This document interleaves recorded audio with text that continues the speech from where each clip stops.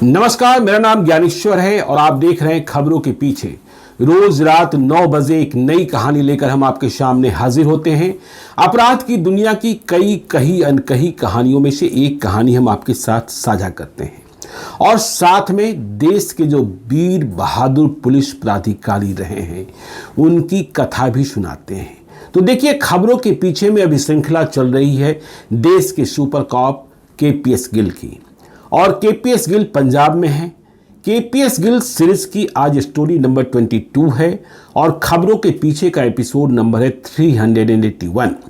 तो इस तरीके से खबरों के पीछे में केपीएस गिल की कहानी शुरू हुई एपिसोड नंबर 360 से। देखिए, हम किसी फ्लैशबैक में तो जाते नहीं हैं आजकल। आपको पता है, यदि आपने पिछला एपिसोड देखा है, कि केपीएस गिल फिर से पंजाब पहुंच गए। जब वे पंजाब जा रहे थे दिल्ली से, तब उन्हें जालंधर से अमृतसर के बीच रास्ते में दिन में 2:30 बजे एक भी गाड़ी नहीं दिखाई पड़ी थी। किस तरीके के आतंक का माहौल था आप समझ सकते हैं। लोग 3 बजे दिन में घरों में बंद हो जाते थे। खैर, केपीएस गिल पहुंचे और जो सबसे बड़ी चुनौती उन्होंने देखी कि जो सेंट्रल पार्लियामेंट्री फोर्स है सीआरपीएफ और पंजाब पुलिस में बिल्कुल ही तालमेल नहीं है। केपीएस गिल की तैनाती अभी आईजी सीआरपीएफ के रूप में की गई थी और साथ में बॉर्डर रेंज के आईजी भी थे। वे अमृतसर में पदस्थापित किए गए थे। तो केपीएस गिल ने समय रहते इस कोऑर्डिनेशन को बहाल किया कि पंजाब पुलिस और सीआरपीएफ मिलकर काम करें। पंजाब में हुकूमत सुरजीत सिंह बरनाला की थी और केंद्र में दूसरी हुकूमत। तो देखिए, सुरजीत सिंह बरनाला और केंद्र की सरकार में 36 का रिश्ता बन गया था। आतंकियों से निपटने की कार्य योजना को लेकर बैंस कमेटी की रिपोर्ट पर सुरजीत सिंह बरनाला ने हजारों चरमपंथियों को छोड़ दिया था, जिसके बाद वे फिर से आतंकी गतिविधियों में संलिप्त हो गए थे। तो केंद्र और राज्य का रिश्ता 36 का, दोनों की रणनीति अलग अलग। अब देखिए, एक्शन के बजाय निगोशिएशन शुरू हो गया था। केपीएस गिल मानते हैं यह निपटने का तरीका नहीं था। सुरजीत सिंह बरनाला तो सीधे संधिवार्ता कर रहे थे, केंद्र भी संधिवार्ता कर रहा था और साथ में केंद्र सरकार एक्शन भी चाहती थी। लेकिन जब रिश्ता 36 का हो, तब हालात कैसे सुधरे, यह बड़ी चुनौती बरकरार रही। जोधपुर बंदी बहुत ही फेमस है, जिन्हें सभी को रिहा कर दिया गया था जो खूंखार आतंकी थे। वैसे आतंकी भी रिहा किए गए समझौतों के तहत, जो ऑपरेशन ब्लू स्टार के बाद पकड़े गए थे पंजाब में अमृतसर में स्वर्ण मंदिर के भीतर से। और ये सबसे बड़े आतंकी जिसे मारा गया था, जर्नैल सिंह भिंडरावाले के बेहद खास थे। खैर, केपीएस गिल संस्मरण सुनाते हैं, मैं तो अभी आईजी की भूमिका में ही था। रिबेरो पंजाब के डीसी थे, वे काम कर रहे थे। रिबेरो काम करने वाले पुलिस पदाधिकारी थे।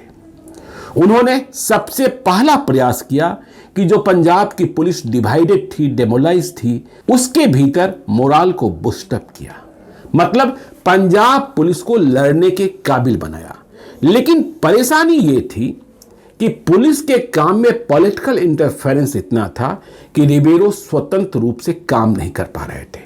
वे चाहते थे काम करना, वे आतंकियों से बहुत सख्ती से निपटना चाहते थे।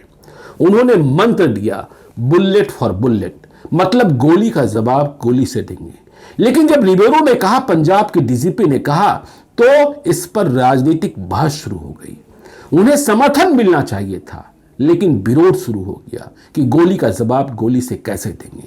और जब विरोध शुरू हुआ तो चरमपंथियों ने, आतंकियों ने जश्न मनाया, क्योंकि नेताजी उनके साथ दिख रहे थे। रिबेरो कर क्या सकते थे? रिबेरो कर रहे थे जितना संभव था पॉलिटिकल इंटरफेरेंस के बीच। लेकिन इस बीच एक बड़ी वारदात हो गई, जिसने रिबेरो को, पंजाब के डीजीपी को, पंजाब पुलिस के मुखिया को कमजोर कर दिया, लाचार कर दिया, हिम्मत टूट गई। तारीख है 3 अक्टूबर 1986, 1986। जालंधर में, जहां पंजाब पुलिस का हेडक्वार्टर था और रिबेरो डीजीपी का बंगला था, वहां टेररिस्ट अटैक हुआ। पुलिस की वर्दी में 6 आतंकी वहां चले गए और ताबड़तोड़ गोलियों की बरसात की। उनके निशाने पर रिबेरो थे, मारना तो उन्हें ही था, लेकिन वे बच गए। उन्हें तो मामूली चोट लगी, मामूली घाव आया था, लेकिन इस गोलीबारी में, इस टेररिस्ट अटैक में एक गार्ड मारा गया। रिबेरो की पत्नी को भी गोलियां लगी, वह अस्पताल पहुंच गई और साथ में 4 अन्य पुलिस वाले जो पंजाब पुलिस के थे और पैरामिलिट्री फोर्स के थे, वे घायल हुए। तो इस घटना ने, इस वारदात ने रिबेरो को कमजोर किया। पत्नी अस्पताल में, आप समझ सकते हैं। तो जब वे टूट गए, हिम्मत हार गई, हिम्मत हारने लगी, पंजाब की राजनीतिक व्यवस्था उन्हें काम करने को आज़ादी नहीं दे रही थी, तो वे पीछे चलने लगे, पीछे हो गए। देखिए, पंजाब के बहुत ही नोटेड जर्नलिस्ट थे तब, जे.एस. पन्नू। वे लिखते हैं, मैं जब कहानी पढ़ रहा हूँ, सुन रहा हूँ, आपको बता रहा हूँ। जे.एस. पन्नू ने रिबेरो के बारे में कहा, उन्होंने पंजाब की पुलिस को, जो बिल्कुल मरणासन अवस्था में पहुंच गई थी, आतंकियों के आगे घुटने टेक चुकी थी, उसे लड़ने के काबिल तो बना दिया। वह आतंकियों से लड़ सकती थी, लेकिन रिबेरो अपने कार्यकाल में उसे युद्ध के मैदान में नहीं ला सके। मतलब बल तैयार हो गया, सैनिक तैयार हो गए, लेकिन वे मैदान में नहीं आए। तो फिर इस तैयारी का मतलब क्या? और आप समझ रहे हैं, जब हम हालात बता रहे हैं उन दिनों की, कि बरनाला की सरकार, तो केंद्र और राज्य सरकार में 36 का रिश्ता, यह तो हमने आपको बताया ही। देखिए, इसका परिणाम यह निकला कि जब पंजाब के हालात बहुत ही खराब हो गए, 19 महीने का कार्यकाल पूरा हुआ था मई 1987 में सुरजीत सिंह बरनाला की सरकार का। तब तक आतंकी कार्रवाई में आतंकियों के द्वारा 783 सिविलियंस मारे गए थे और 71 पुलिस वाले भी मारे गए। देखिए, जवाबी कार्रवाई में रिबेरो ने जो पुलिस को तैयार किया था, 364 आतंकी भी मारे गए थे। पर बरनाला सरकार बहुत स्वतंत्रता नहीं दे रही थी। परिणाम यह निकला कि केंद्र की सरकार ने सुरजीत सिंह बरनाला की सरकार को बर्खास्त कर दिया और यह सरकार बर्खास्त हो गई। अब पंजाब की स्थिति दूसरी, सुरजीत सिंह बरनाला की राजनीति दूसरी, और इस राजनीति का फायदा सीधे तौर पर आतंकी चरमपंथी उठा रहे थे।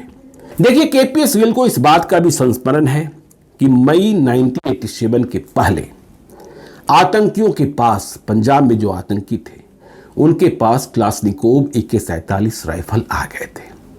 लेकिन पंजाब पुलिस के पास लड़ने के लिए अब भी अत्याधुनिक हथियार नहीं थे। जो हथियार पंजाब पुलिस के पास मौजूद था, वह द्वितीय विश्व युद्ध के दिनों का था, जिसमें 303 राइफल और बोल्ट एक्शन वाला वो 7.62S का राइफल था। लेकिन यह राइफल जो पुलिस के पास था, वह AK-47 का मुकाबला नहीं कर सकता था। केपीएस गिल इस बात का भी संस्मरण करते हैं कि सीआरपीएफ के पास तब हर बटालियन में 175 SLR राइफल्स थे, लेकिन ये राइफल भी, जो SLR था, वह भी AK-47 के सामने फीका था। लेकिन मई 1987 में जब सुरजीत सिंह बरनाला की सरकार बर्खास्त हुई और केंद्र ने पंजाब के हालात को समझना और नियंत्रण की दिशा में प्रयास शुरू किया, तो AK-47 हथियार भेजे गए। पर जब AK-47 हथियार आ गया, तो इसके इस्तेमाल पर बवाल होने लगा। नेता कहने लगे, AK-47 कैसे चल सकते हैं, नहीं चलाया जा सकता है।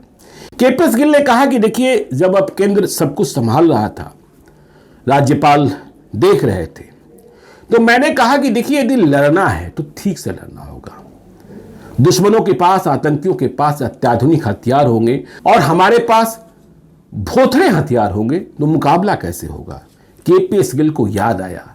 केपीएस गिल ने जब वहां पदभार संभाला था दोबारा, पहले भी जब वे पंजाब आर्म्ड पुलिस में थे, तो उन्होंने यह देखा था कि पंजाब पुलिस के पास क्षमता क्या है, पंजाब पुलिस के पास हथियार क्या है, पंजाब पुलिस लड़ कैसे सकती है। तो केपीएस गिल ने संस्मरण किया कि देखिए पंजाब के कई जिलों के थानों में, पुलिस स्टेशन पे रखे हुए हैं लाइट मशीन गन LMG, और यह भी आजादी के पहले से। तो ये LMG जो रखे हुए हैं थानों में, और उनकी अवस्था ऐसी है कि वे ओरिजिनल पैकेजिंग में रखे हुए हैं, मतलब उन्हें खोला ही नहीं गया है। तो जब ये LMG हैं तो फिर इसका इस्तेमाल हम क्यों नहीं आतंकियों के खिलाफ करें, जब हमारा फार्मूला ही है कि गोली के बदले गोली। तो KPS गिल कहते हैं कि मेरी बातें सुनकर पंजाब के राजनेता भड़क गए। वे कहने लगे कि आप LMG का इस्तेमाल कैसे कर सकते हैं। वे यह मानते थे कि जो हमारी पुलिस है, पंजाब की पुलिस या पैरामिलिट्री फोर्स, तो ये पुलिस को वो कहते थे कि ये सिविल पुलिस है, और ये जो सिविल पुलिस हैं इन्हें आर्मी की तरह, मतलब इंडियन आर्मी, भारतीय फौज की तरह कैसे सैन्य हथियार दिए जा सकते हैं। LMG को सैन्य हथियार माना जाता है।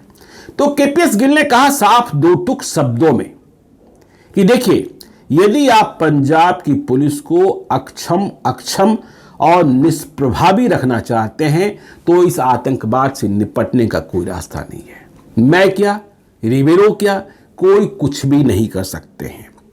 तो यदि आपको लड़ना है तो दुश्मन के पास जो कुछ है, आपको पता है कि जो खालिस्तानी थे, जो खालिस्तान की डिमांड कर रहे थे, वे दूसरे देशों से निर्देशित हो रहे थे।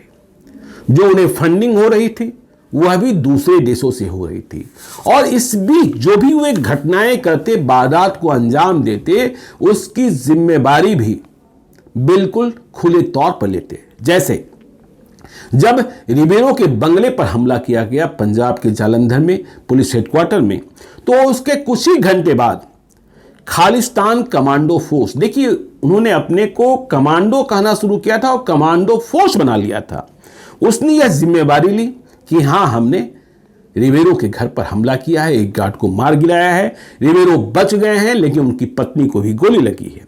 और यह भी बताया गया कि इस ऑपरेशन को, इस टेररिस्ट अटैक को हमारे लाभ सिंह नाम है एक टेररिस्ट का, उन्होंने लीड किया है।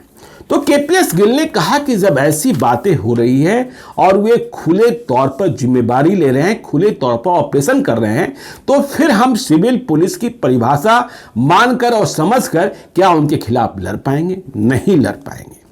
तो KPS गिल कहते हैं मैंने अपनी बातें बहुत लॉजिकल तरीके से रखी, और आखिरकार सरकार को यह मानना पड़ा कि जैसा KPS गिल कह रहे हैं वैसा ही किया जाना चाहिए। परिणाम यह निकला कि जो light machine gun original packaging में कितने साल से रखे हुए थे थानों के भीतर, उन्हें बाहर निकाला गया, उन्हें चलाने लायक बनाया गया, उनके लिए गोलियां खरीदी गई, और अब पंजाब पुलिस लैस हुई LMG से। मतलब AK-47 तो आ ही गई थी, अब LMG भी आ गया था, मुकाबले की तैयारी कर ली गई थी। और LMG जहां सबसे अधिक आतंकी वारदात हो रहे थे, वहां से संबंधित थानों में उनके गेट पर तैनात किए गए, ताकि जब कोई आतंकी हमला हो या आतंकी गुजरे तो उन्हें समझ में आए कि अब मुकाबले के लिए LMG भी है।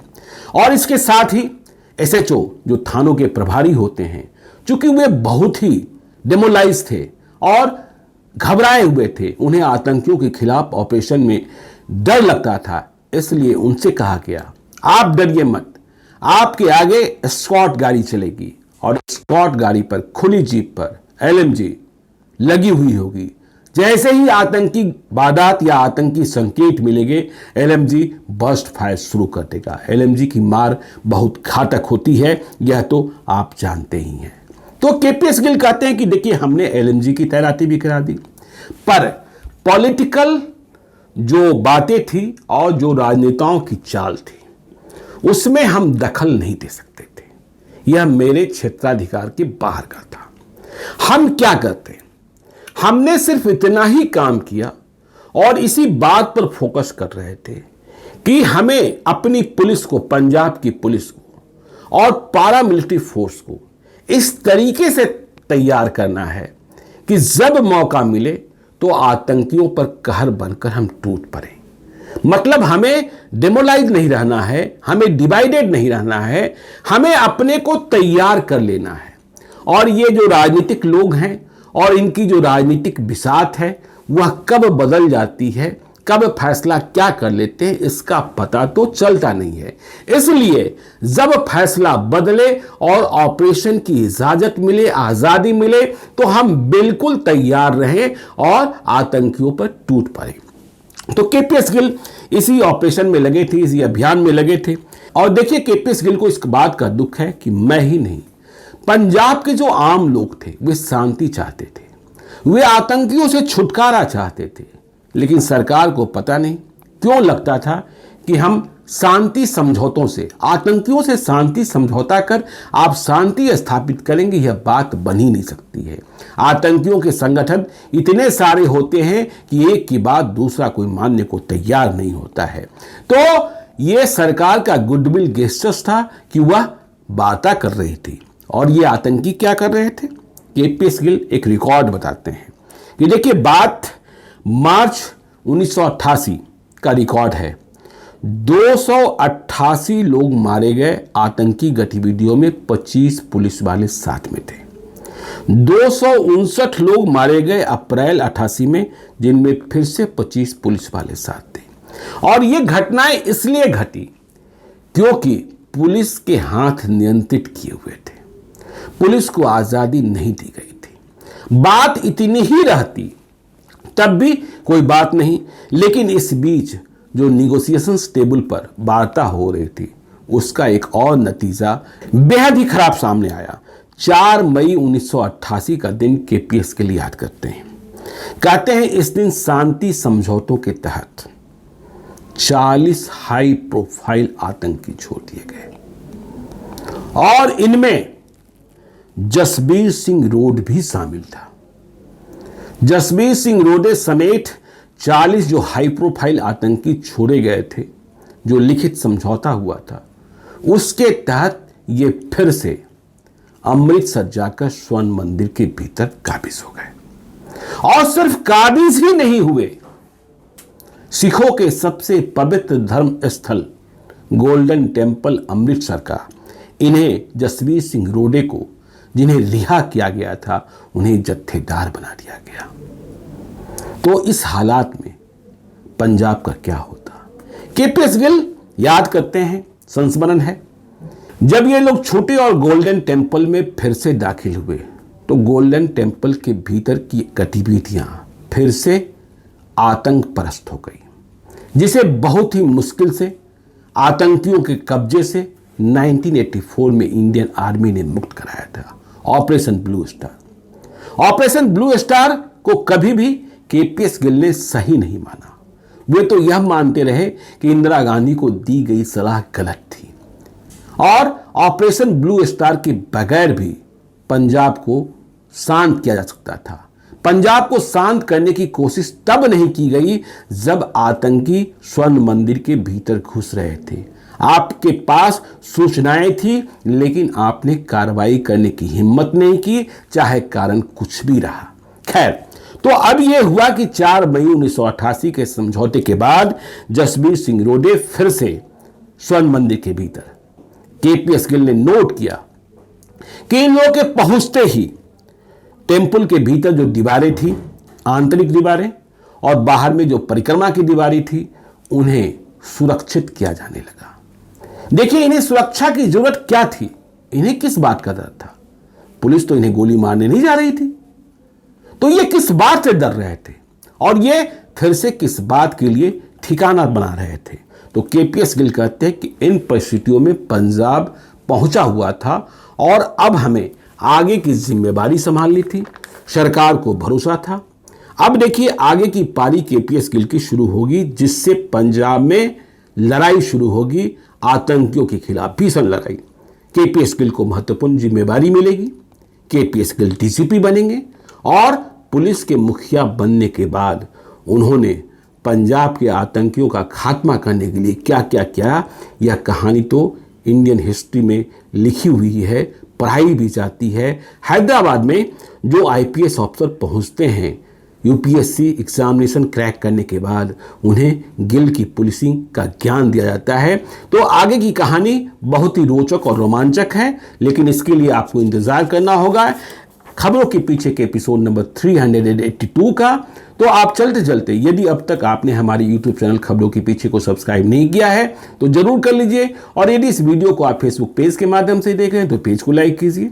एक और अनुरोध कि यदि आप मुझसे कोई कहानी सुनना चाहते हैं, मुझे कोई कहानी बताना चाहते हैं, कोई भूल सुधार चाहते हैं या सीधे तौर पर संपर्क करना चाहते हैं तो आप हमें gyaneshwarlive@gmail.com पर मेल कर सकते हैं। बस इसका ख्याल रखिएगा कि यदि कोई विशेष कहानी सुनाने को कह रहे हैं तो उस कहानी मतलब वारदात की तारीख, साल, स्थान का पता है तो हमें जरूर बताइए। हम अपनी डायरी के पन्नों में उन कहानियों को तलाशेंगे। कहानी डायरी के पन्ने में नहीं मिलेगी तो रिसर्च टीम को कहेंगे। मेल करते वक्त आप अपना नंबर भी जरूर लिखकर भेजिए, जरूरत होने पर हम आपसे संपर्क करेंगे। आपकी पहचान को हम तब तक गोपनीय रखते हैं जब तक आपसे अनुमति न प्राप्त कर लें। तो आज के लिए इतना ही, हमें दीजिए इजाजत। केपीएस गिल्ड सीरीज की अगली कहानी के साथ मिलेंगे कल रात ठीक 9 बजे। बहुत बहुत धन्यवाद।